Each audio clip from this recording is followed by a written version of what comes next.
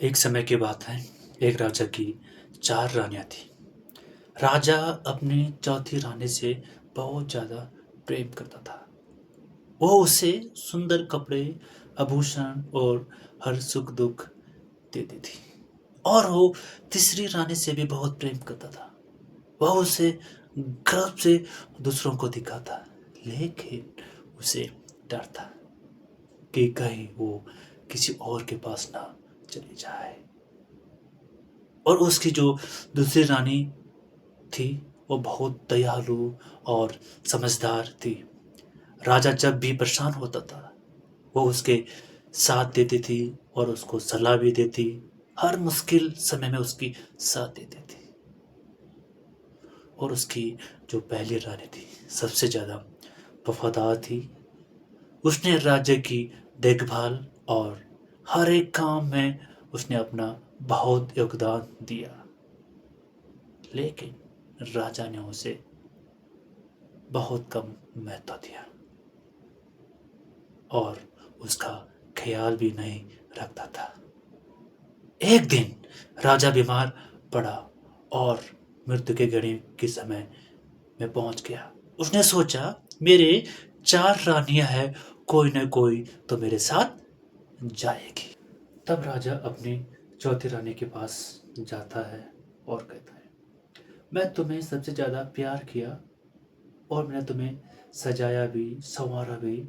जब मैं मर रहा हूँ, क्या तुम मेरे साथ चलोगी?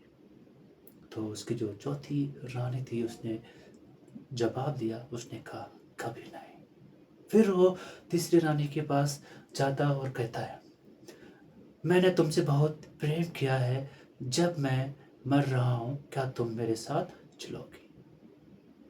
तो उस तीसरी रानी ने उसे जवाब दिया, मैं तो किसी और से विवाह कर लूंगी, मैं तुम्हारे साथ नहीं जाऊंगी। फिर राजा अपनी दूसरी पत्नी के पास जाता है और कहता है, तुमने मेरी मदद की है, क्या अब तुम मेरे साथ चलोगे? मुझे अफसोस है। उसने कहा, मैं केवल तुम्हें कब्र तक छोड़ सकती हूँ, आगे नहीं। राजा दुखी हो गया। तब एक आवाज आई, मैं तुम्हारे साथ जाऊंगी। राजा ने देखा, वह पहली रानी थी, दुबली पतली और कमजोर। राजा आंसू से भरी हुई आंखों से कहा, मुझे तुम्हारा ख्याल रखना चाहिए था, अब बहुत देर हो गई है। मेरे दोस्तों, मैं आपको ये बताना चाहता हूँ, मैं आपको ये सिखाना चाहता हूँ, जो 4 रानी है, उसका क्या मतलब है? उस मतलब का कि हमारे जिंदगी के, हमारे जीवन के 4 हिस्से होते हैं। जैसे कि चौथी रानी, तीसरी रानी, दूसरी रानी और पहली रानी। जो चौथी रानी जो होती है, वो हमारा शरीर है। हम शरीर को सजाते हैं, संवारते हैं, लेकिन मृत्यु के बाद साथ नहीं जाती है। तीसरी रानी हमारी संपत्ति, धन, पद, नाम, हम जीवन भर उसे जोड़ते जाते हैं, लेकिन यह भी यहीं रह जाता है। और दूसरी रानी जो है, परिवार और मित्र है। वो हमें मुश्किल समय में सहारा तो देते हैं, लेकिन कब्र तक साथ छोड़ जाते हैं। जो पहली रानी होती है, वो आत्मा है। हम अक्सर इसे सबसे कम महत्व देते हैं, लेकिन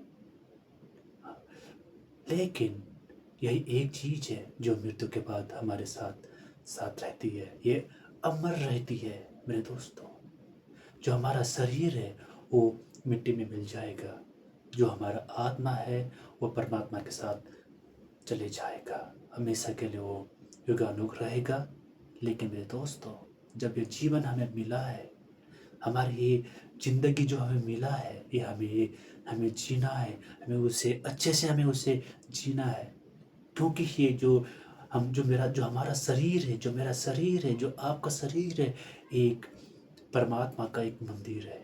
इसमें परमात्मा वास करता है। मेरे दोस्तों, इस शरीर को नष्ट न करें, इस आत्मा को नष्ट न करें, लेकिन हम इस आत्मा को हम अमर रखें।